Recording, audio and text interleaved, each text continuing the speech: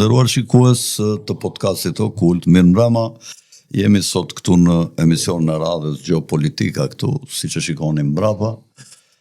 Para se të fillojmë emisionin, dua t'ju kujtoj të gjithë atyre që kanë atë gurin e Sizifit tu dhe nuk e ngrejnë nga xhelozia ose nga nuk e di nga se që se ngrejnë do të gishtin kështu të bëjnë një subscribe dhe një like atje, ja u kujtojmë që ta heqin gurin e Sizifit se i qet shumë shpejt.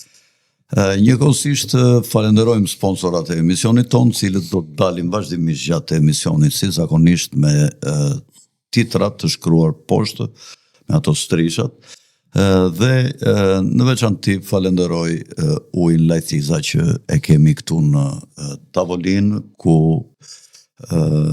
firma Lajthiza, siç u kam thënë, ka dalë me disa produkte të reja, të cilat janë shumë konkurruese si nga forma, nga pamja, ashtu dhe nga përmbajtja nga lëngjet që pim, siç janë ujrat tonik, janë këto aranxhatat e famshme që kemi pirë dikur në kohën e komunizmit, që i kanë bërë këtu në këta sigurisht me përmirësim shumë cilësore, dhe ka dhe limonada, ka dhe limonada për femra që do t'i shikoni ke i ftuari që po e prezantoj, po umburko, jam sot me zotin Ermir Gjinishi, dhe do të bisedojmë ato temat që ndjekësit tanë i kanë shumë qef.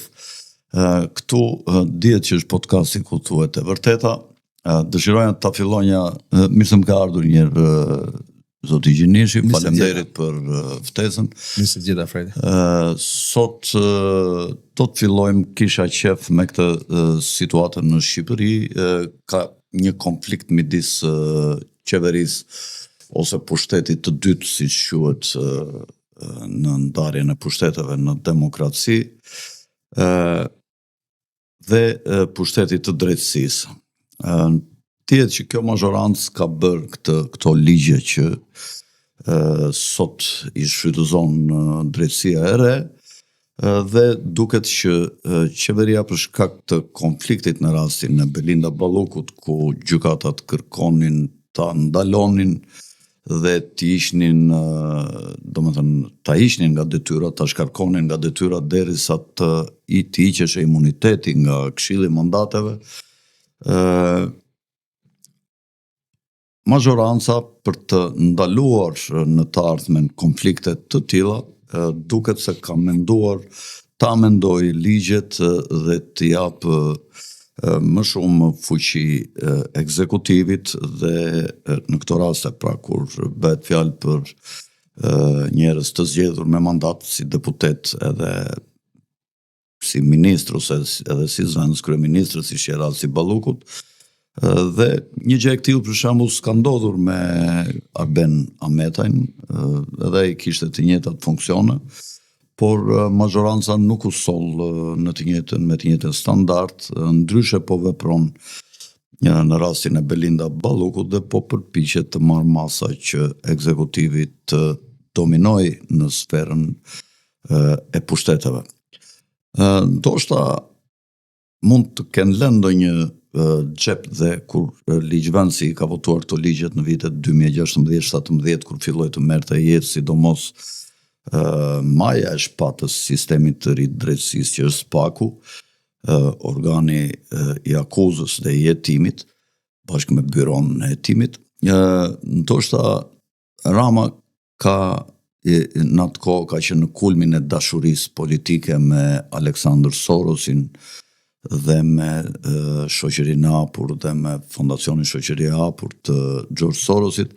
Duket se mbas ardhjes së Trumpit këtyre ju ka rënë fuqia dhe duket që goditjet nga opozita, sepse në fillim u goditën liderat e opozitës, u godit Sali Berisha, u godit Ilir Meta, dhe u goditën disa ushtarë në fushën e shahut të Partisë Socialiste, kurse këte u godit mbreti dhe mbretëresha, nëse mund t'i quajmë kështu, dhe sigurisht që nuk mund të jenë të krahasueshëm, dhe drejtësia deri në atë moment nuk mund të mburej që ne veprojmë pa dallim si majtas dhe djathtas, në fakt u veprua fuqimisht në krahun e djathtë, dhe Duket tash që Ramës i ka hyrë uji jo nga noçkat e këmbës, po i është ngjitur në gjunjë, në mes, i ka kaluar kërthizën dhe gjoksin dhe i ka rritur deri në fyt uji me rastin e Belinda Ballukut. Si e shpjegon ti, si e shikon ti Ermir këtë çështje për cilën unë fola? Siç e tha dhe ju zoti Cako, ajo është në tërësinë e saj, projektimi i reformës për drejtësi ishte i dështuar. Ishte i dështuar totalisht. Ne kemi, ashtu siç e përmendët ju, ne flasim sot vetëm për SPAK. SPAK është 5%. Ku janë 95% të produktit reformës? E filluam me minus 15.000 apo 20.000 dosje. Janë mbi 100.000 sot. Dhe problemi është që sigurisht është shumë e nevojshme për këtë shtet që të luftohet korrupsionet, dhe korrupsioni sigurisht është në qeveri, është nivelet e larta të drejtuese, nuk është tek populli, po dhe populli dhe qytetari ka nevojë për shërbime. Nuk i merr dot. Kjo është pjesa e parë. Pjesa e dytë, po, është vërtet. SPA ka funksionuar me ato pengesat e vazhdueshme që i sjell politika, sidomos pushteti, po funksionon. Aq sa po funksionon. Të paktën ky na ka ngelur, e vërteta. Mirë, përse u kujtua në rastin e Belindës e nuk bëri të njëjtën hap në rastin e Velias, për shembull. Në rastin e Velias ishte vetëm thjesht çështje propagandistike, retorik, por nuk mori asnjë hap. Dy faktor. E para, ashtu siç e thatë ju, gjeopolitika ka ndryshuar. Mbështetja e Ramës në Shtetet Bashkuara të Amerikës është një pikë pyetje e madhe, edhe pas takimit fundit me bordin e paqes. Është një pyetje akoma, sepse është tjetër gjë bordi, tjetër gjë mbështetja personale, megjithatë do flasim për këtë pjesë. Ka kaq vite që SPAK punon, ndoshta ka arritur atë pjekurinë dhe tash edhe dosjet janë mbushur, edhe do plasin. Me pak fjalë, unë ngroj ta them që Ramës po i ngushtohet laku në fytin e tij. Të gjithë këto ministra, të gjithë zëvendësministrat, titullar shumë të lartë të shtetit, të cilët mes po i përmendim, se përmendim Gjaçko për shembull, çon si ka. Këto janë produkti i Ramës. Dhe pyetja që duhet bëjë një qytetar përveç idesë sa funksionon SPAK është kështu, është kjo më zoti Cako. Ore, ky vend nuk ka njerëz të ndershëm, vetëm hajdut ka. Ky njerëz nuk ka ekspert. Ky thotë që janë darda mbrapa kurrizit tim, thotë gjithmonë për këtë. Po more hajduti nuk është e rëndësishme, dardat i ha para apo prapa. Problemi është që për të zgjedh këtë që han darda e ke fajsin ti, e ke përgjegjësin ti. Po më le historinë e dardhëve, të bëj një pyetje tjetër, Fred. Ku janë ekspertët në institucionet e shtetit tonë, Fred? Ku janë ekspertët?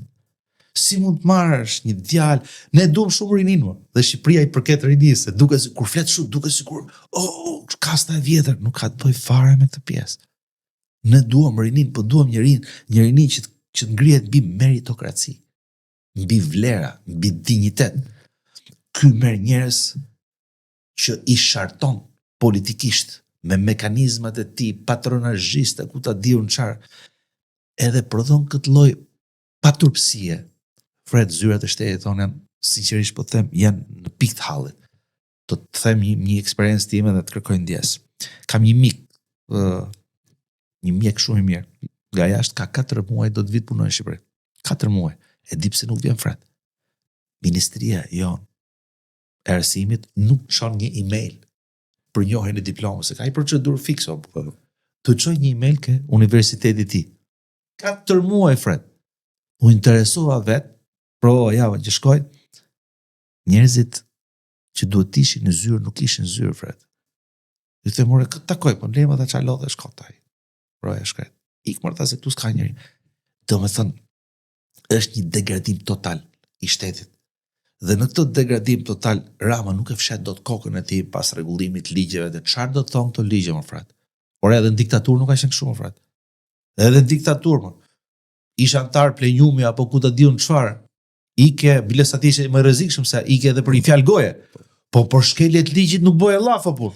Ta themi drejt apo. Atje po të rëshisë këmbaj e ke paguajë me kokë me familje, edhe me familje. Edhe fisk, kurse ky më buri idea, ç'është kjo më? E kupton se sa e poshtë është kjo? Ne po sulmohemi nga Republika Prokurorëve se po na bllokohet shteti. Po çfarë do të thotë bllokohet shteti?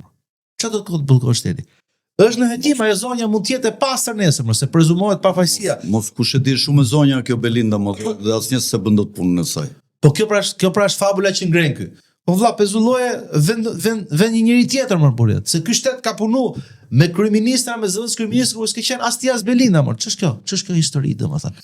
Kjo është poshtërsia që mundohen manipulojnë, po pas kësaj poshtërsie Fredi është frika e Ramës. Ramës i është shtrënguar lakun fyt. Mos e ka materiale kërcënuese kjo komprometuese për Ramën dhe e kërcënon ose ai ka frikë se kjo për të shpëtuar vetë do ta çojë fajin aty ku mund të jetë fajtori i vërtet në fakt, se për shembull flitet që në 50 milion euro që akuzohet që është abuzuar me tunelin e Llogaras, njeriu që ka urdhëruar për këtë është Rama. Dhe akuza në fakt është mbi ballokun, sepse ajo i ka bërë procedurat ministria e saj. Tani edhe mund të ketë raste të tilla të tjera që ajo mund të ketë material që ky e ka urdhëruar për ta bërë një diçka. Fred duhet bim dakord për diçka. Ti je njëri që ke kontributet tua në politikën shqiptare, demokracisë shqiptare, biles në pjesën më të mirë të politikës shqiptare, po them dhe ka qenë dhe fati, ndoshta do flisim, ndoshta do ishte bërë pis, po të kishe qëndruar ka gjatë, sepse ke qenë fillimet e demokracisë Shqipëri. Atëherë kur akoma kishe pluralizëm, kishe dëshirë, kishe shpresë, kishe vullnet, kishe përgjegjësi. Di shumë mirë, Fred krahasosh korrupsionin e asaj kohe me këtë. Është galopant më Fred, nuk krahasohet asnjë lloj korrupsioni, asnjë lloj vjedhje me këtë që ka bërë kjo qeveri. Duhet bim dakord apo? E di pse? Se atëre pak a shumë qeverisë aristokracia. Patjetër. Kurse sot qeverisë oligarkia. Dhe oligarkia do vetëm të vjedhë dhe punon vetëm me shat. Kurse aristokracia është çik më përgjegjshme, sepse ishin elita ishin atëherë në zgjedhjet e 92-shit, në zgjedhjet e 90, ka një parlament komplet tjetër, parlament me profesor, me profesor, me shkencëtar që ka pasur në Shqipëri, kurse sot është bërë me halabake, me fundërina, me njerëz që bëjnë banda të vrasin njëri tjetrin. Përfaqësues bandave më. Po, Njerëz bandave më. Po, absolutisht. Do me thonë, po thoja këto për që nuk mund ta fshijë Rama idenë që po mbi hajnë kokdardat pas shpinës time. Jo, dhe të mendojmë që ky është i pastri. Shiko, ky është një sofizëm që edhe vetë Rama nuk e pranon, sofizëm i tmerrshëm. Si komunizëm që theshin uji nga lart rrjedhikulluar, po vetëm poshtë ndotet. Po. Edhe ky këtë filozofi ka. Këtë nga unë uji është i pastër. Fredi, këto janë vendos për të hënë darda dhe për të lënë dardat edhe atij që i ka zgjedhur kaq është historia, se si do shkoj a do shkoj deri në fund, a do shkoj pagu, unë mendoj që kjo është frika e Ramës. Po e ndjen spagun, po e ndjen goditjen e spagut Rama. Dhe do të marri si thua masat paraprake, aq më shumë që edhe në faktorët ndërkombëtar, edhe në Europë, kush e pret Ramën në Europë, kush e fton Ramën në Europë, mund ma thuash? Ka ndryshuar aty Shtetet Bashkuara të Amerikës, po kjo ka qenë loja që boi Rama në mandatin e tij. Krijonte imazhin e liderit botror dhe këtu se ka çan njëri kokën Shqipëri çfarë bëhet. Këtu pastrohen para, lavatriçe, pensionet nuk ngrihen, rrogat nuk ngrihen, Maqedonia dhe Malizi janë më përpara se nesh në standardet e shërbimet më fort. Shërbimet shëndetësore, çmimi naftës është më i ulët, megjithëse ne prodhojmë vetë naftë tanaj se ushqimeve Fredi. Po, cilësia ushqimeve jetesar, kostot janë më të lira atje për të jetuar. Pra standardi është ata nuk ndihen s'dalin as nëpër skena botërore, as ky del vetëm për skena botërore, edhe përpiqet ta mbaj pushtetin me menaxhimin nga lart. Kupton, kurse populli spjëtet fare dhe nuk llogaritet në lojë. Popullsisht me karton të kuq është jashtë loje, komplet është jashtë loje. Ndoshta meriton ky popull të jetë kështu derisa të zgjohet një ditë. Edhe këto emisionet tona prandaj janë unë përpiqem t'i godas me çekiç në kokë ata që flen gjumë, po shumë e vështirë. Po Fred është e dhimbshme Fredi, po duhet pranuar në një farmase që është formule vjetër. Populli e meriton qeverinë që ka. Është formule vjetër. E megjithatë kjo s'do të thotë që Platoni krijoi filozofinë, Sokrati krijoi filozofinë, nuk ishin gjithë populli grek filozof valla. Dhe zërat duhet të jenë patjetër prezant Fred. Zërat real duhet të jenë oponenca, kritika, pse duhet të themi oponenca, kritika duhet të jetë qasja kritike do tjetë, nuk është të thënë që do tjetë pa tjetër gjithë populli. Ja ku ke rastin e Greqisë. E di çfarë thot ky tash, thot, unë takova Trumpin.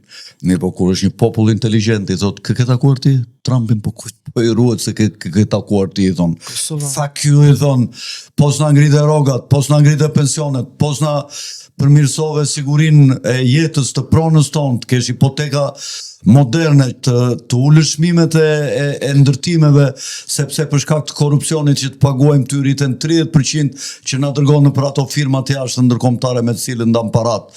Kë ke takuar ti Trumpin, fuck you Edi Rama, po s'bere këte, edhe ti lihen dhe afate nga ti dalin ja 200.000 veta atje në shesh, e ta shikosh si i shpëton Çiçi aty fillon mban bebelino pasaj. Po është populli që flegjum, edhe intimidohet se delaj në foto. Le dalmo në foto, detyrën bënoj, punën e vetë bën. Atë detyrë ka për atë paguhet. Për atë që ka bërë, që ka takuar Trumpin, shumë mirë që ka takuar.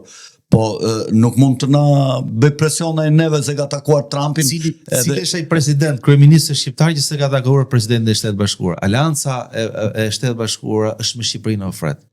Nuk është me individin. Ky kërkon të personalizojë gjithçka. Kush është ai president shqiptar që nuk ka takuar presidentin e Shtetit Bashkuar të Amerikës? Më thuaj një. Kush ai kryeministër? Megjithatë ky do ta shesin këtë punë. Por e mirë që preke pjesën e reagimit popullit, por nuk janë të gjithë një lloj. Shiko Kosovën, fret. Albin Kurti ju vu gjithë faktorin ndërkombëtar kundër. Gjithë thanë se mbaroi. Media e brendshme, gjithë tallavat, gjithë servilët.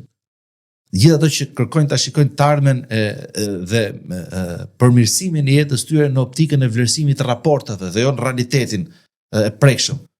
Doli gjithë Kosova dhe dha vota shumë, e votoi shumë herë më tepër. Ishte votë kundër deep state-in? Bravo, jam habit Fred, se ta mendosh që Kosova ka një periudhë shumë vogël shtetit, në 2008 nëmur. Dhe ta mendosh këtë lloj reagimi, respekt, pjesa më e mirë e shqiptarisë tonë, do ta pranoj. Bëjmë fjalë kot. Din të reagojnë. A mendoni se shqiptarët e Kosovës ishin kundër Amerikës kur mbështetën Albin Kurtin? Jo. Thjesht ishin me doktrinë Albin Kurtit. Për respektimin e gjithë sovranitetit territorit të Kosovës. Për respektimin e legitimitetit të pushtetit qendror Prishtinës në gjithë hapësirën territoriale dhe në veri. Korrupsionit është njëri i pastër, Fred. Ai mund të ketë defekte se njëri është obur i dhëut. Po nuk gjithë opozita nuk guxon ta akuzoj për një çështje korruptive. Albin Kurti. Ai mund të ketë sa është njëri i kulturuar. Shikoj si nivel politiko, Fred. Po dhe trim që nuk të riqet nga... Nuk krahasohet fare. Zotria jo nuk ka formim politik, a e peze çfarë fjalimi bëri tek bordi i paqes. Ka formim politik, sepse ky është mësuar, dali një orë dhe tregoi batuta, ky nuk flet dot për 1 minutë 3-4 çështje, se s'ka formim. Po, ashtu është. Nuk ka dhe staf, sepse stafi përpiqet t'ia bëj këto fjalimet sipas frymës që ajo ka, sipas shijes vet, dhe nuk ka ndonjë që ti thotë, nuk e ke mirë këtë, stop. Kupton, sepse ky nuk ju jep garanci. Nuk bën atë që thot Machiavelli për princin. Ai thot princit që kur një princ merr këshilltar, duhet t'i garantoj këshilltarët që çfarë do lloj mendimi që t'i japin ata, nuk do të kenë asnjë reperkusion, asnjë pasojë. Më kupton? Këta nuk i kanë këto. Nëse një këshilltar ju del kundër menys që ata kanë, shijeve që ata kanë, e i thotë, ka dhe ca meny të tjera më të mira. Jo, thotë ai, gjell me qepe me domate, dua vetëm, mund thotë, po më bëre patligjana të mbushur, nuk të dua këtu në kuzhinë. Më shtjen gjithmonë në kështu reagime, Fred, teksa flet për mënyrën se si ky i zgjedh dhe i vlerëson njerëzit dhe po vetë i cilëson si suksesshëm ose jo. Më kujton një qasje të iluministëve, Adam Smithi me Humin. Adam Smithi thonte që njeriu duhet të jetë i suksesshëm, duhet bëjë gjithçka që të jetë i suksesshëm në teorinë vet. Ndërsa Humi, Rousseau thonte, jo. Nuk duhet të jetë vetëm i suksesshëm, por duhet të jetë i dobishëm. Se mund të jetë i suksesshëm dhe s'është i dobishëm. Dhe debat shumë interesant. Tek ne edhe njerëzit që kërkon leadershipi i pushtetit, i sektit rilindjes, ti serviri si të suksesshëm, nuk janë dobishëm faktikisht. Dhe prandaj janë të dështuar. Nuk kanë asnjë dobi, Fred. Po, si e shikon ti këtë vizitën e Ramës, këtë Trumpin një kohë që këte po i bëhet, e the pak shkarazi, po të përqendrohemi pak. Në një kohë që duket që Shtetet e Bashkuara, përfaqësuesja Van Horn shkon ke kryetari i kuvendit, zoti Niko Peleshi, dhe ajo nuk ka pse të vej kur mblidhet Këshilli i Mandateve ditën e hënë, ajo nuk ka pse të vej atje nëse ata nuk çajnë kokë për çështjen Balluku, apo jo, dhe i thonë bëni çfarë doni, nëse jemi të interesuar, as nuk po e vëzhgojmë fare, bëni çfarë doni. Fakti që ajo vete dhe këta ka mungesë transparence, nuk tregojnë se çfarë është folur. Unë mendoj që ajo i ka bërë presion që këta të lejojnë drejtësinë të punoj, pra Këshilli i Mandateve të heqë mandatin dhe ta lejojë SPAK-un ta hetojë dhe ta thresë, ndoshta dhe ta ndalojë për një periudhë të përkohshme ose derisa të bëhet gjyqi, sepse ata mendojnë që kjo mund të intimidojë dëshmimtarët, mund të prish provat, dhe kjo është arsyeja pse ata kërkojnë që ta ndalojnë, dhe dihet që Belinda Balluku ka fuqi të madhe për t'i bërë këto gjëra. Në fakt, ne dim se çfarë enturazhi ka ajo me cilët punon me lloj-lloj njerëzish. Dhe kjo e detyron SPAK-un që të kërkojnë ndalimin e saj, ndoshta. Dhe e ka shprehur dhe vetë ata që kjo prish provat dhe intimidon dëshmimtarët. Jo ndoshta, po është e vërtet kjo, domethënë që pretendon SPAK-u. Dhe nga ana tjetër erdhi ai me Kalister nga Bashkimi Evropian dhe ai kërkoi të njëjtën gjë, politika mos ndryhy këtë drejtësia, të shikoj punën e vet. Pra bëri thirrje Ramës mos se mbro Belinda Ballukun se po do marrësh vetëm qatë.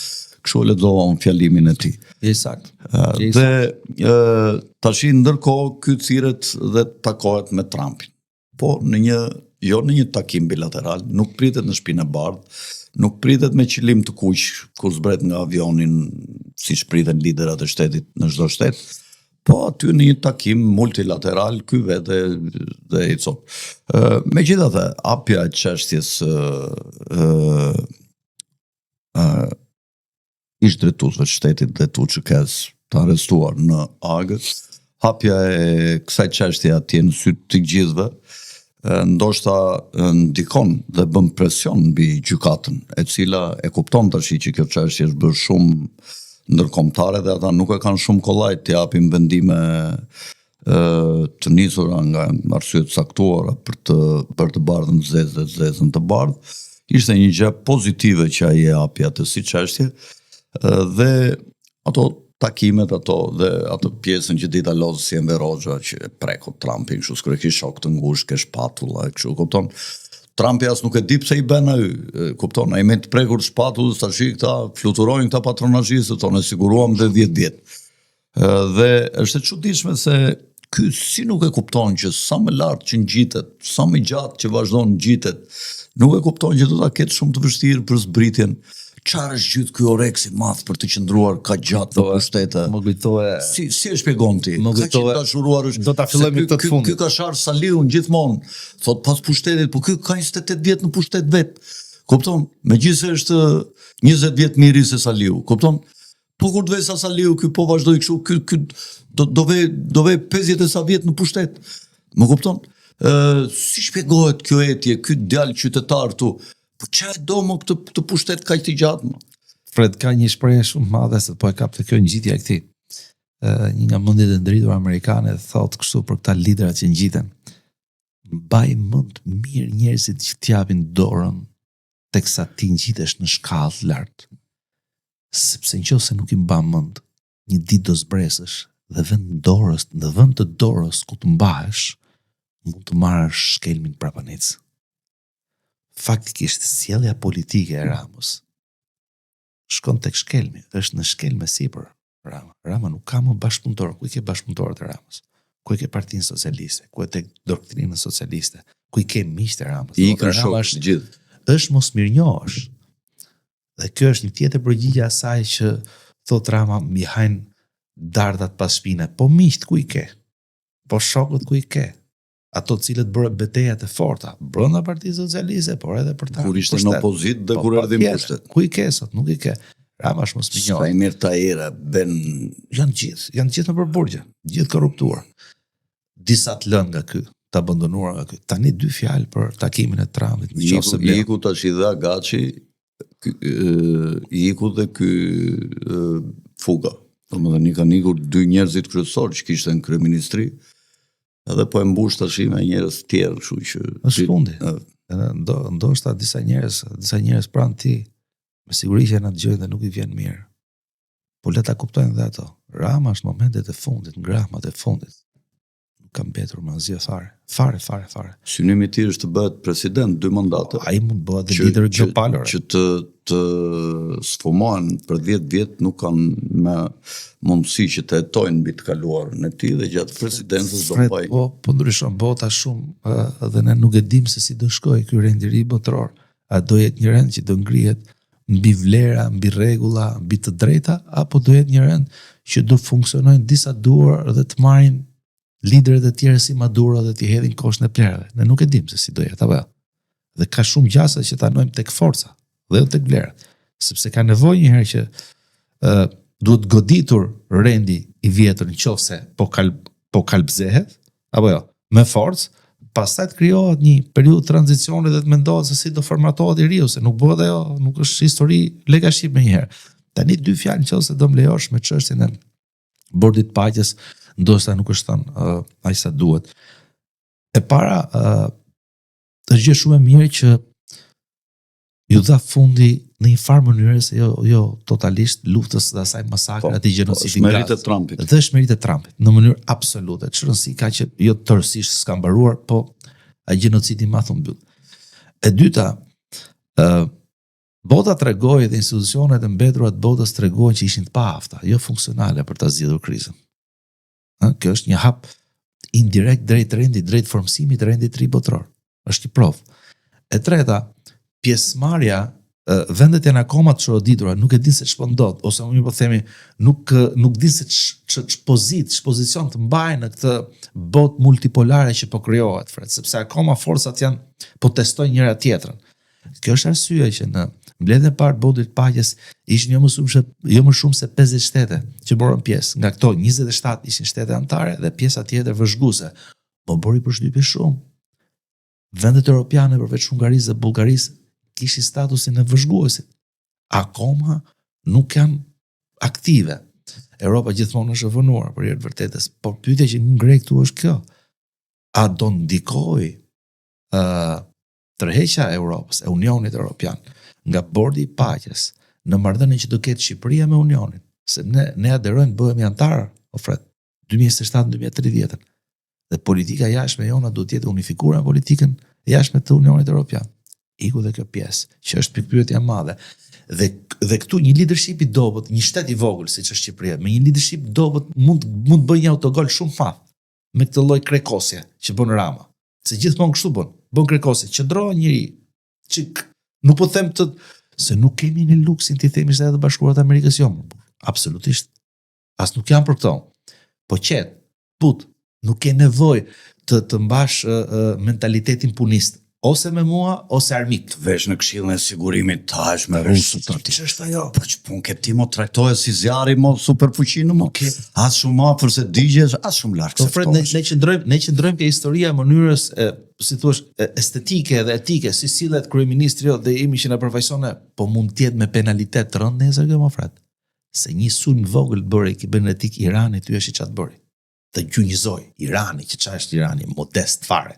Do me ka bërë Mossadi. Dakor mo. Ore veja emrin si duash, po një sulm kibernetik po them. Çfarë si ka? Ra gjithë shteti shqiptar. E kupton ti çfarë do thotë të vjet rusi me Kinën me të tjera. S'ke nevojë për ta bërë sepse nuk kemi ne pjesa e luftës. Sigurisht ne kemi zgjedh aleancat tona dhe kemi bërë shumë mirë, por nuk kemi ne vija lina parë. Të mos zgjash shumë e treta dhe pse mendoj unë fred që ftesa njeriu bë shtetit shqiptar. Nuk diskutohet Shqipëri, sepse edhe i kanë nevojë për të krijuar një aleancë. Trump është përpjekje shumë e madhe, fred, dhe shumë studiues po shikojnë si një duplikant OKB-s. Është vërtet. Dhe kjo është frika më e madhe e Unionit.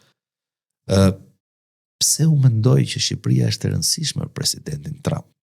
Është një lloj rëndësishme siç ishte aleanca që ne i bëdham George Bush Juniorit kur sulmoi Irakun 2003 dhe president atëherë ishte Fatos Nano, nëse kujtohet, Indjeri Fatos Nano. Kryeministri.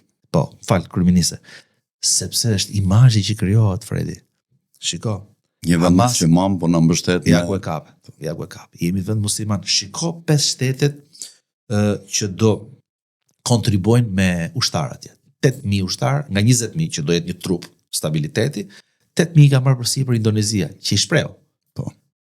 Presidenti Trump tha, edhe Shqipëria dhe Kosova tha, do jenë pjesë mbështetëse e trupave, këtu do rrim ne, kupton. 2 shtete tjera mbeten, po një do jenë Shtetet e Bashkuara të Amerikës dhe tjetër do jetë Turqia. Apo ja, u mbyll. Pra, për imazh dhe për shumë arsye të tjera, i ka futur, disa trupa i ka futur. Po janë akoma në kontekstin humanitar. Këto do jenë trupat stabilizues dhe paqërues, to do e kenë rendin në dorë, kupton.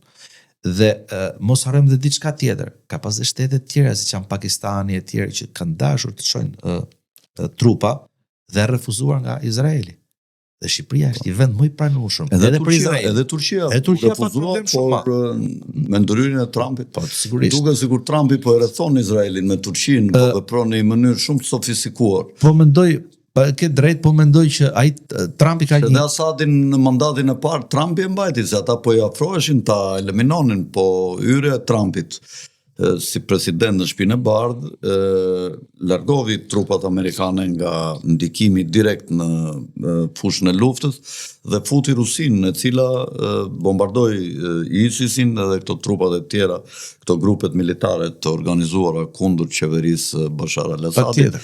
Dhe në këtë moment Trumpi urdhëroi dhe Erdoganin që ta ndronte kursin nga mbështetës si Mossadit dhe i MI6-it edhe i CIA-s që kishin krijuar ISIS-in, doli kundër tyre dhe u bashkua me Rusinë dhe me Erdoganin bashkë me Iranin dhe ndryshoi skema e lojës pas ardhjes së Trumpit që e mbajtën Bashar al-Assadin në pushtet. Është vërtet, to e ndryshuan. Katari, Turqia, Shtetet e Bashkuara të Amerikës. Kur themi Shtetet e Bashkuara të Amerikës, ardha presidenti Trump.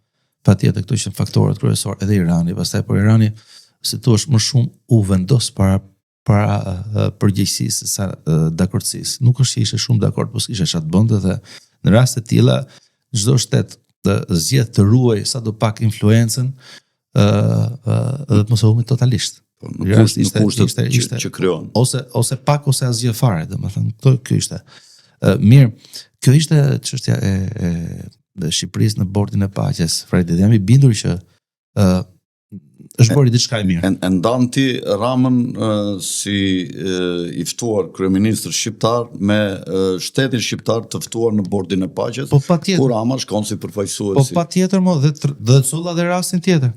Aty ke 50 shtete, pse nuk do jenë gjithë tek se kjo është kryesore, aty është forca stabilizuese, Fred. Shqiptarët që vendosin duke qenë muslimanë janë të pajtueshëm dhe për arabët dhe me Izraelin duke pasur marrëdhënie të mira Shqipëria. Po njëjtën histori. Trupa shqiptare mund të jetë shumë negociatore mirë në terren.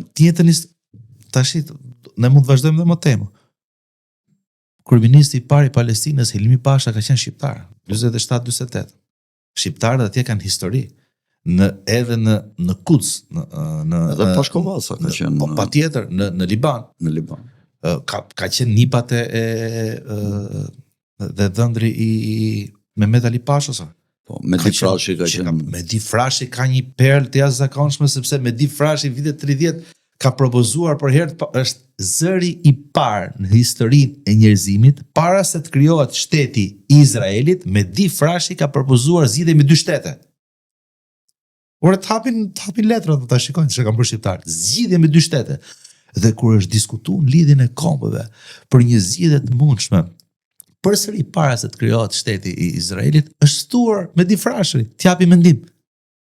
U don çka kapacitetesh ke pas. Kështu që kanë histori shqiptarët atje. Megjithatë, mbetemi që mos zgjatemi shumë, Fredi.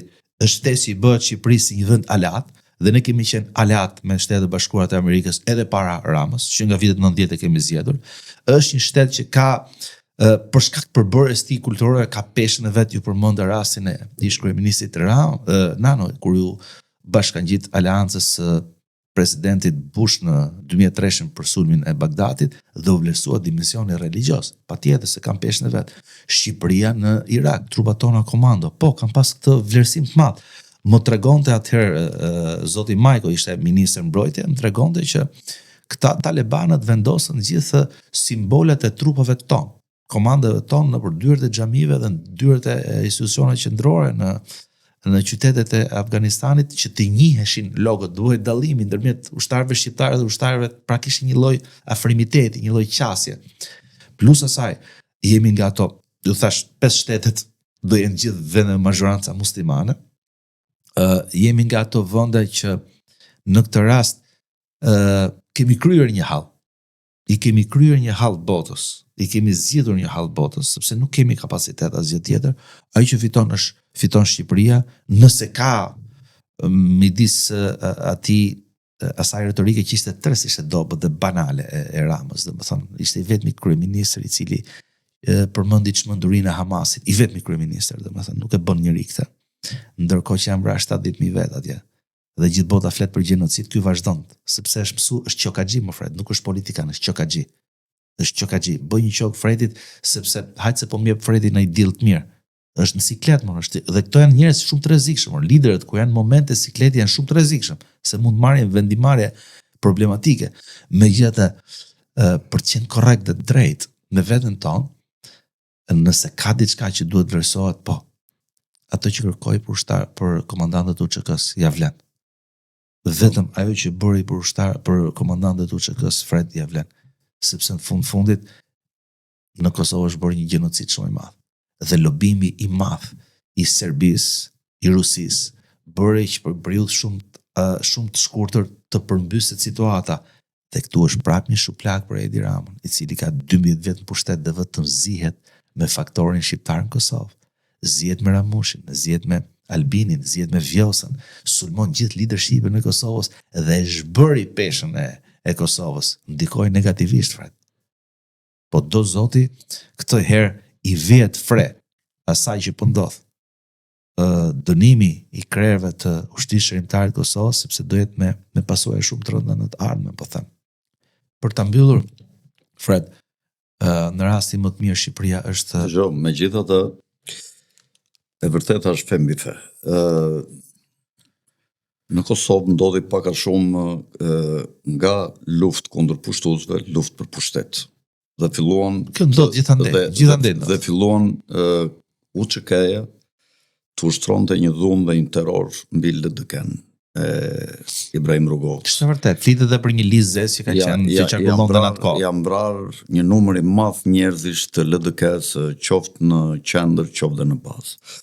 Unë ditët e para pasi u shlirua Kosova në qershor, kam mbajtur në Prishtinë dhe kam ndendur 2 ose 3 net në shtëpinë e Ibrahim Rugovës në lagjen Velani.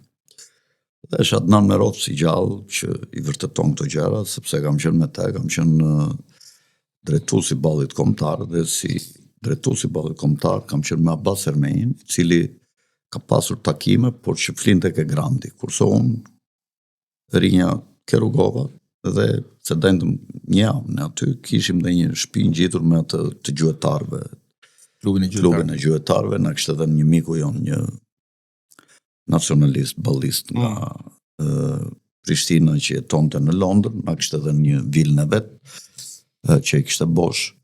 Po shumë herë ne dendëm ke Rugova dhe ishte një frikë shumë e madhe. Këta kishim frikë të dilnin sepse këta UÇK-s ishin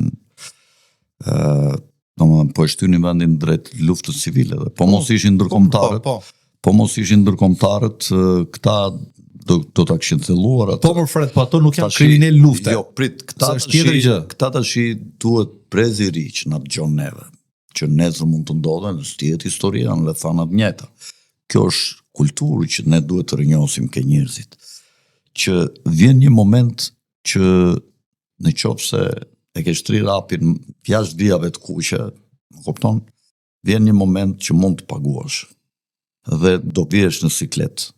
Dhe etja e madhe për pushtet me çdo kusht brenda njëri tjetrit. Nuk e kam fjalën me pushtuesit serbe, me ata nuk mund të diskutojmë sepse është pa diskutueshme kjo pjesë. Këta rrëmbyen armët për të mbrojtur nënat, baballarët, pronat, tokat e tyre, jetët e tyre dhe është një heroizëm i madh, por kaluan mbi atë kuqe.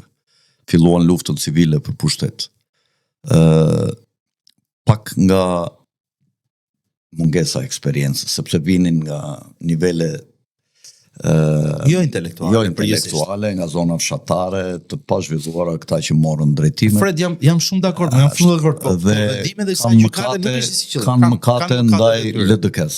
Kanë mëkate ndaj LDK-s. Po patjetër, dhe të rinjtë ta mësojnë që dhe në momente të razirash, shikoni ku janë në përburgje ata në 97 dhe si përfunduan, ata që filluan të bënin historinë më në 97 duke dalë nga hiçi, si përfunduan. Dhe vjen një ditë që paguan. Prandaj duhet kujdes me vëllezërit tënd, me motrat tënde, në çfarëdo lloj situate. Jo krime, vrasje, torturime për hir të marrjes së pushtetit. Qëndroj drejt, kjo është gjithë historia me drejt. Ke drejt. Jam dakord me këtë çështje, por ajo që po ndodh në gjykatën speciale dhe në Hag nuk ka të bëjë fare me këtë pjesë. Ka të bëjë me devimin e boshtit drejtësisë, duhet ta pranojmë Fred. Mu më ka ardhur keq për gjë tjetër, Fred. Që në gjykimet e kriminalëve të luftës së Serbisë morën pjesë 60 shqiptar si dëshmitar, ndërsa të gjyqet e këtyre shqiptarëve tanë, këtyre të katërve, shkuan më shumë se 100 shqiptar. Dëshmitar, më çuditi shumë fakti. Pjesa më e madhe këtyre me urdhra mbrojtje, tjerë. Është diçka, jam dakord me atë që the për ta mbyllur. Jam shumë dakord me atë që the. Po kjo që po gatuat atje, nuk është momenti tash se shumë tepër se kaq, Fred. Unë di shumë për këtë gjëra, por nuk flas më. Dakord. O jam dakord gjithë me atë pjesën brendon. Po ajo që gatuat atje nuk ka të bëjë me këtë pjesë fare. Ti atje po akuzohesh për trafik organesh, për budalliqe. Ja, këto janë ato të poshtërsitë. Dhe këtu e ka fituar luftën prap Serbia me ne. Kjo është historia, sepse filloi me shpinë verdhë, po me Doris Pakun, me këto. Shiko, dihet po të pyesësh ta mjekët specialist, se unë kam pyetur, thonë që të më bësh transplant organesh duhet spitale madhështore dhe jashtëzakonisht të sofistikuara dhe kupton, kështu që këto janë ca budalle që ca gënjeshtra. Mirë, dëshironja para se ta mbyllnim të flisnim pak mirë për këto negociatat e Shtetet Bashkuara me Iranin, ku Ministri i Jashtëm i Iranit është takuar para pak ditësh me Witkoff, dy përfaqësuesit të Trumpit në lindjen e mesme dhe me dhëndrin e vet Jared Kushner, dhe vet Trumpi deklaroi para pak ditësh që i kam dhënë 10 ditë ose 15 ditë afat të Iranit që të plotësoj ato kushtet që ne i kemi kërkuar. Ndërkohë, desha të kujtonja pak se folëm një çike edhe kur erdhëm për një deklaratë të ambasadorit që fut Amerikan në Izrael, i cili në një intervistë që kishte dhënë për Tucker Carlson, gjigandin Tucker Carlson, ku Carlsoni tha, qa kërkon, tha Benjamin Netanyahu, tha dhe këta që kanë qenë më përpara, tha që vinë nga vende slave, tha, dhe flasin slavisht, tha, din gjuhët slave, tha, si Polonia, Letonia, Lituania, nga kanë ardhur dhe përmendi këta drejtuesit e tjerë, Jack Rabin, që nuk kanë ditur, tha, dhe nuk dinë edhe sot, tha, shumica e tyre të flasin hebraisht, tha. Qa kërkojnë këta, tha, që vinë që nga Polonia, tha, dhe ju thonë palestinezve që kanë këtu që në kohrat biblike, tha, e ju thonë këto janë tokat tona, do t'i marrim ne. Dhe i bëri një deklarat të çmendur, të cilën ti besoj e ke lexuar çfarë tha ambasadori. Po, kjo është fillove fort këtë pyetje edhe, sepse dole ky është thelbi faktikisht i konfliktit me Iranin, mendoj unë. Irani nuk e ka kërcënuar kur Shtetet Bashkuara të Amerikës. Nuk ka qenë kur objektiv. Thelbi është se prezenca e Iranit nuk i jep për ati, nuk i jep qetësi Izraelit. Kaq është çështja. Izraelit madh. Bravo, dhe mund të jetë një nga pikat kryesore që pengon krimin e Izraelit madh, të cilin Netanyahu e shpalli natën e 8 tetorit. Një natë pasi Hamasi bëri atë aktin, Netanyahu doli në televizor dhe foli për ndryshimin e gjithë lindjes mesme. Më parë kishte bërë një fjalim në OKB, nëse kujtohet, në OKB, po foli për ndryshimin e gjithë lindjes mesme dhe për Izraelin e madh. Imagjino. që ti, pra duket ndonjëherë duket se kuptojnë projeksione të vendosura më parë dhe ecin. Dhe ndoshta Irani e ka ndryshuar ose si thua është parë si pengesë. Mike Nakabi është përfaqësuesi i trupit diplomatik, ambasadori i Shtetit Bashkuar të Amerikës në Izrael, dhe në një deklaratë, ashtu siç e pas ndjekur dhe ju, ai thonte është e çuditshme ofret, ti mendon që jetojmë në një botë shumë laike dhe jetojmë në botë laike. Po ndonjëherë religioziteti është ngulitur në disa forma, në disa raste, aq fort sa që ne nuk e kuptojmë që nuk është edhe religioze në vetvete. Siç është ngulitur për shembull koncepti i Holokaustit. Holokausti është koncept religjios. Apo jo, është kurbani hebre, siç kemi në kurbanin musliman, apo jo, flijimin në hebreizëm kurbani e beson ti Holokaustin? Jo, si nguliten termat, po them, si transformohet historia.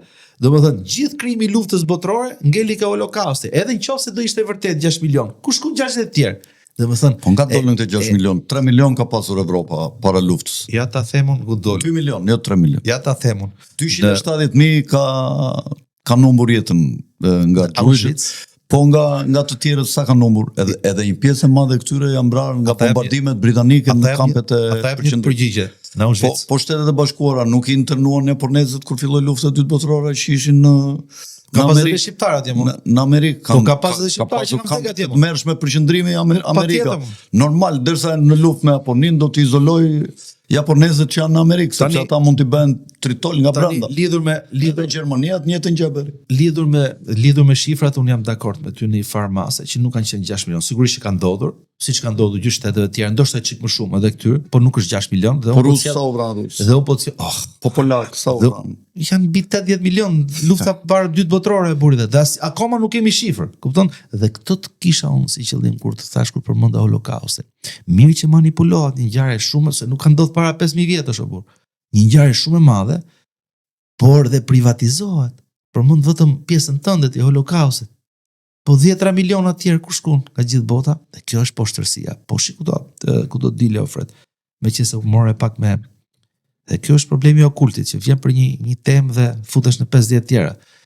Në Auschwitz ka pas një tabel deri në vitin 94 ku shkruaj këtu u vranë dhe u masakruan 3 milion hebrej. Pas vitit 94, Fred, u hoqja tabela dhe shkruhet këtu u vranë 1 milion hebrej. Tash si është problemi se janë 2 milion. Diferenca mos i kanë numëruar gabim. Pra, të po them, nuk kam pas makinë llogaritse, të largohemi.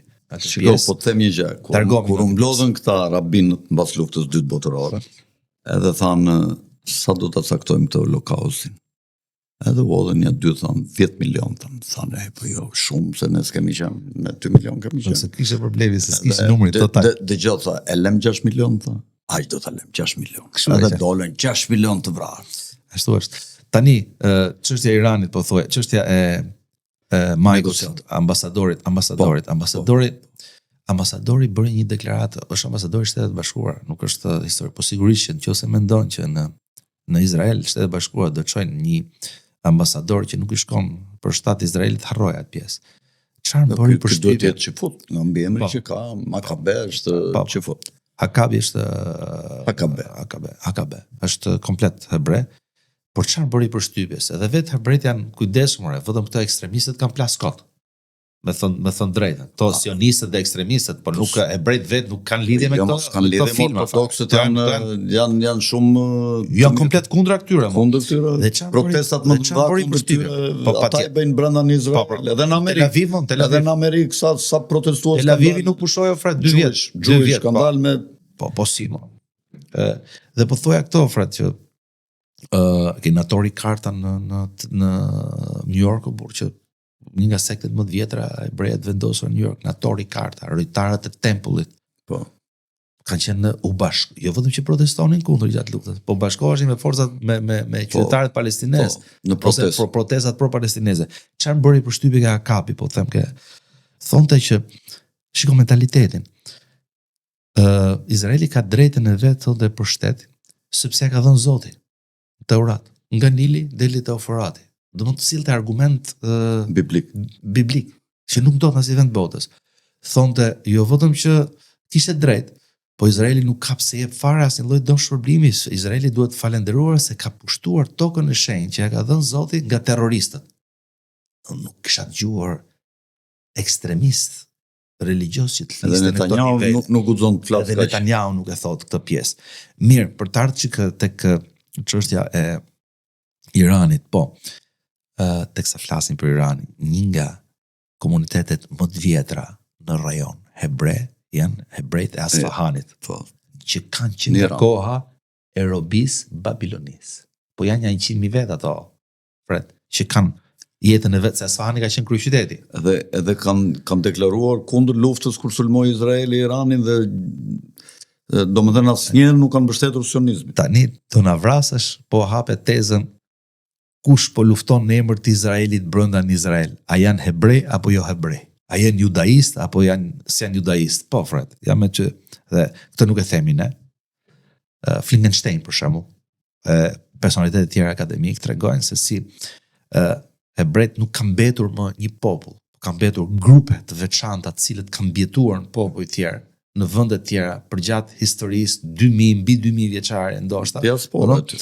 Një diasporë e cila jo domosdoshmërisht ka qenë e pastër në kuptimin ashtu siç pretendojnë izraelitët ose më po themi hebrejt në tekstin e tyre. Sot flitet për hebrej amerikan. Çfarë do thotë hebrej amerikan, Fred?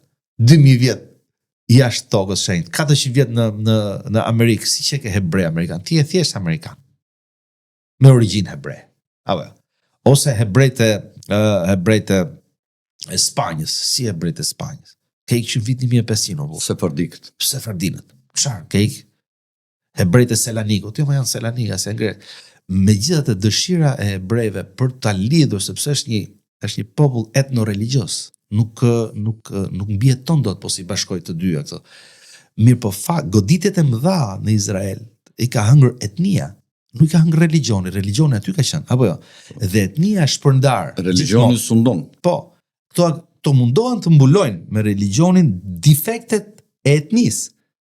E çfarë lidhje ka? Në religion bazohet politika që është sionizmi dhe shfrytëzon religionin, por etnia pra hebraizmi nuk ka lidhje me sionizmin. Jo, nuk diskutohet fare. 100%.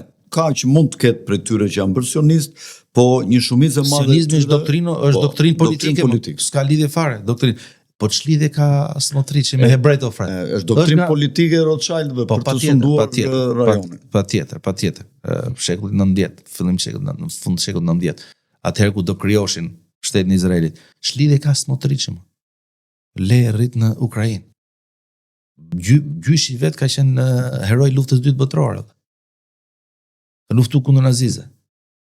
Ç'lidhje ka Bingafiri? Është nga hebrejt e kurdëve të Irakut. Ç'lidhje ka Netanyahu? Netanyahu është nga hebrejt polak. Po të shikosh Fred, se ka antropologji murmuri dhe raca, etnia, ka ngjashmëri e kanë fjalën. Ç'lidhje ka pamja e fytyrës Netanyahut? Kupton ti? Me Levin për shembull, ose me Bingafirin. Hebrejt kanë qenë esmerë, se i përkasin. Ngjasin me arabët. Nuk duhet futem më, po janë djem xhaxhallar shobu. Nuk duhet futem më tek kjo histori, po është një masakër e cila vazhdon. Ajo që mua më bezdis nuk është thjesht masakra, sepse njerëzit luftojnë, po manipulimi i realitetit është i dhimbshëm.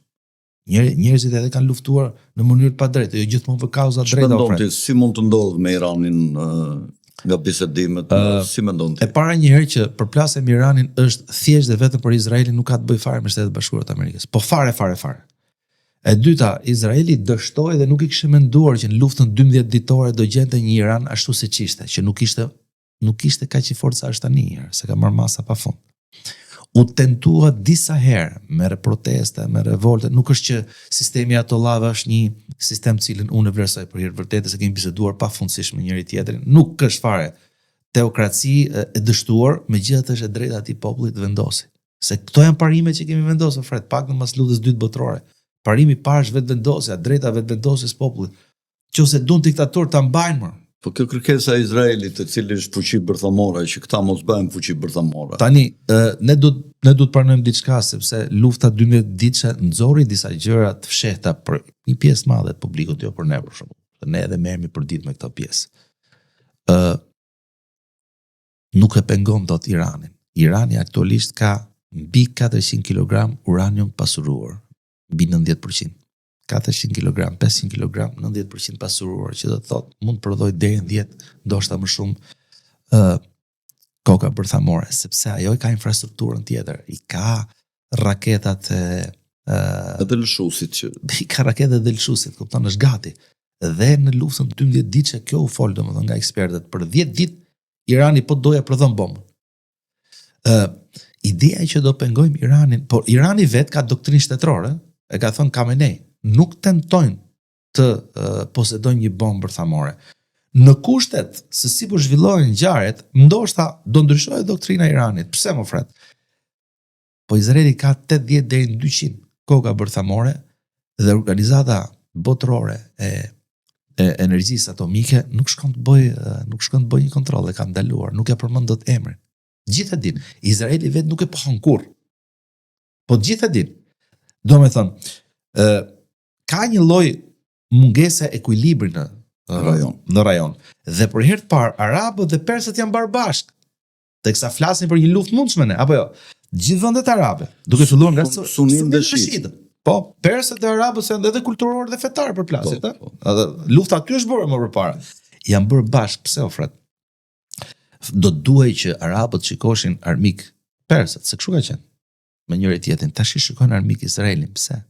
Karta e Izraelit madh nuk është më çështje doktrinësh në për sinagoga, po ka dalë në për institucionet më të rëndësishme botërore, apo jo, po flitet për personalitetet më të mëdha botërore që flasin për Izraelin e madh. E dyta, janë më pak të mbrojtur duke goditur Iranin, sepse Irani krijon ekuilibër, është vetmja forcë ushtarake e mbetur në rajon pas Saddam Hussein, se po t'ishte Saddami nuk ndodhte fare kjo pjesë.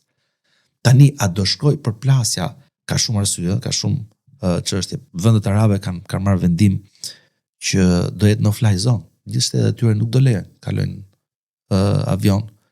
Megjithatë, ndërkohë ne kemi një intensitet të vazhdueshëm, po shtohet prezenca e trupave amerikane. A do bëj Amerika një goditje spektakolare që mund zgjasë 2-3 muaj dhe të shkatroj infrastrukturën e Iranit, apo do jetë një goditje siç ndodhi në rastin e luftës 12 ditëse për ton, para se sa biem dakord për një marrëveshje të madhe që Irani është gati, e detyruam forcërisht, sepse dhe Amerika ka nevojë pak të prezantohet në nivel ndërkombëtar si forcë, sepse ra imazhin në Afganistan, apo jo, ra imazhin në Afganistan, tërheqja në Afganistan që në mënyrën se si u bë ra imazhi i fuqisë amerikane, e sjellja e Bidenit dhe leadershipit majt e uli imazhin e Shtetit Bashkuar të Amerikës, duhet ta pranojmë dhe këtë pjesë, apo jo, dhe ka nevojë, me gjithë kritikat që kemi presidentin Trump, ka nevojë Amerika të vendin e leadershipit botëror. Megjithatë, është çështje e pazgjedhur. Irani ka pranuar si gjithmonë që të heqë dorë nga pasurimi i mbështetshëm ose posedimi i armës bërthamore, ndërkohë që shtuar kërkesa për të shkatruar sistemin e raketave balistike. Çfarë garancie ka Irani? Po, a nuk ishin këto më fret që vitin 94 bën takimin në Prag, Shtetet Bashkuara të Amerikës, Rusia, Anglia, dhe i garantuan Ukrainës siguri në këmbim që Ukraina të hiqte armët bërthamore. I hoqi Ukraina armët bërthamore. Ku e ke sot sigurinë e Ukrainës?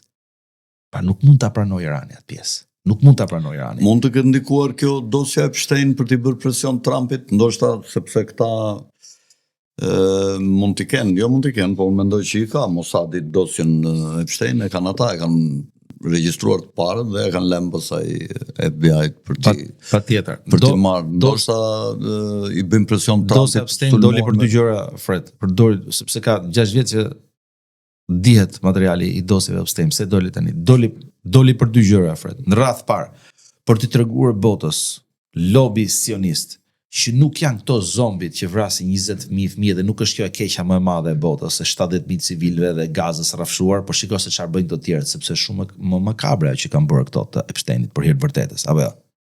Këto satanistët, Fred, se ky është emision dhe podcast në vete se çfarë ka ndodhur te Epstein, se nuk është çështja e abuzime, janë rritje satanike, Fred. Ku po shkon leadershipi botëror, që është kjo si thua dashurie e madhe për antikrishtin, mik. Këto janë historitë. Kjo është e para.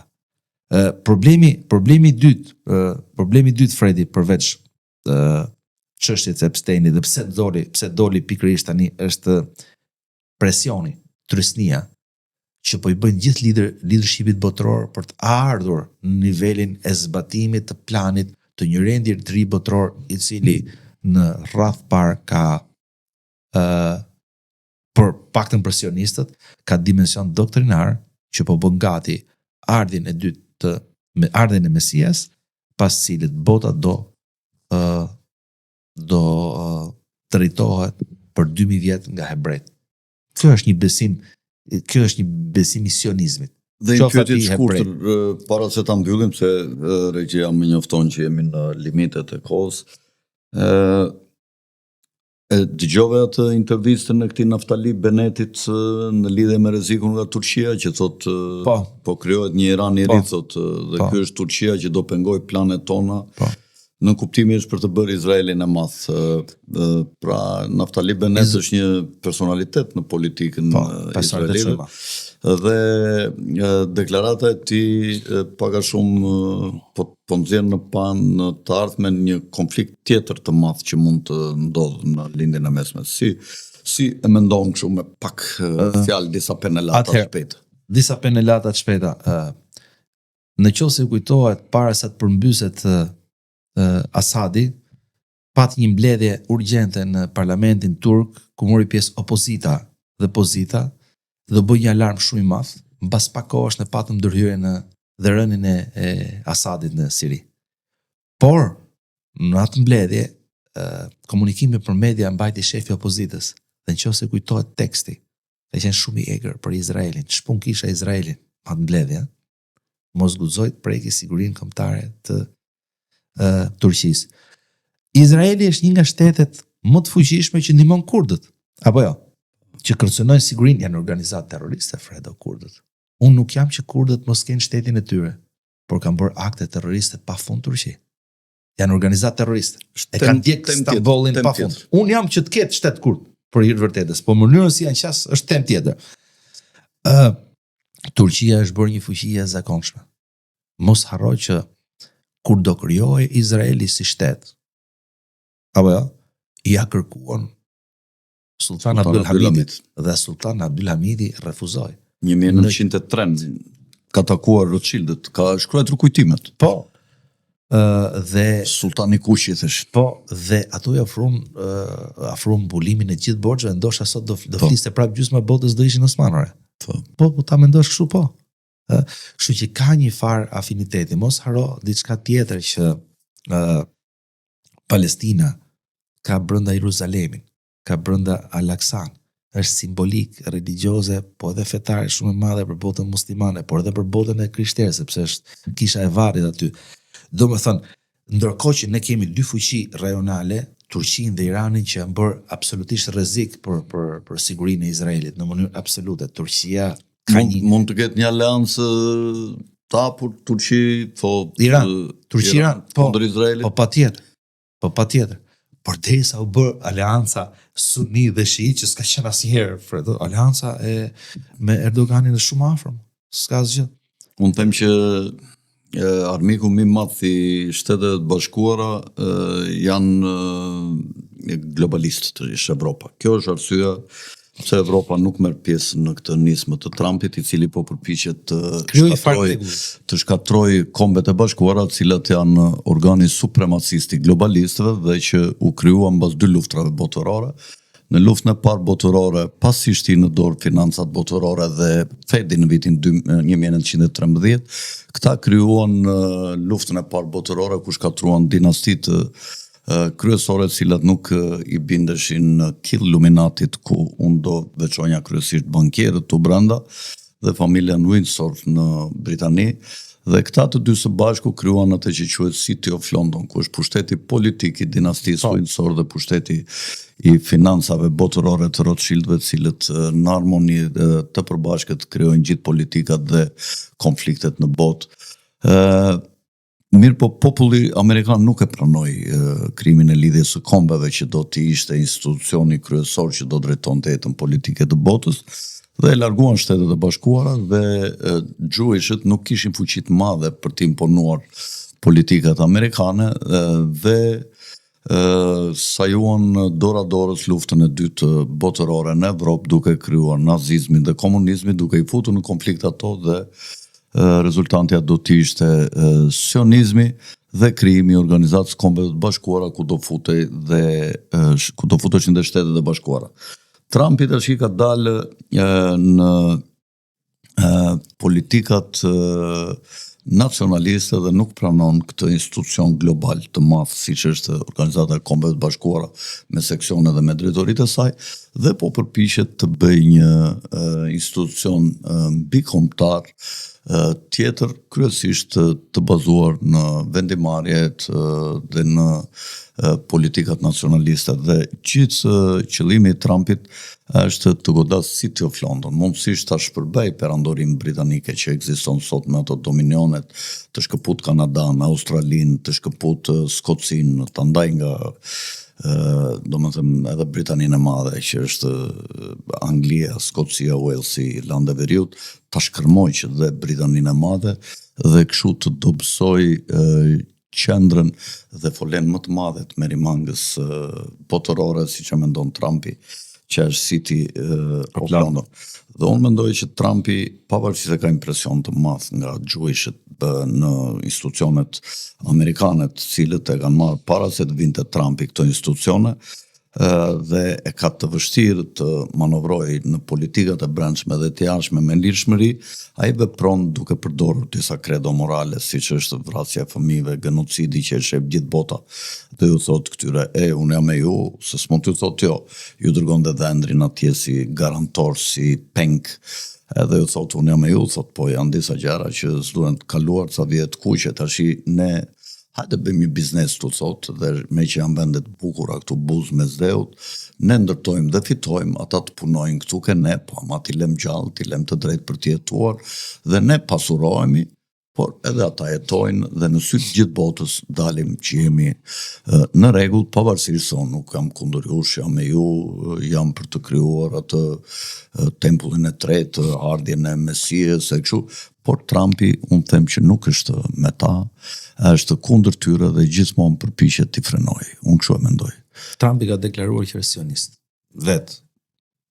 Po qëndroj tek ajo pjesë, megjithatë hajde ndaje ku fillon Trumpi i vërtet dhe Trumpi biznesmen.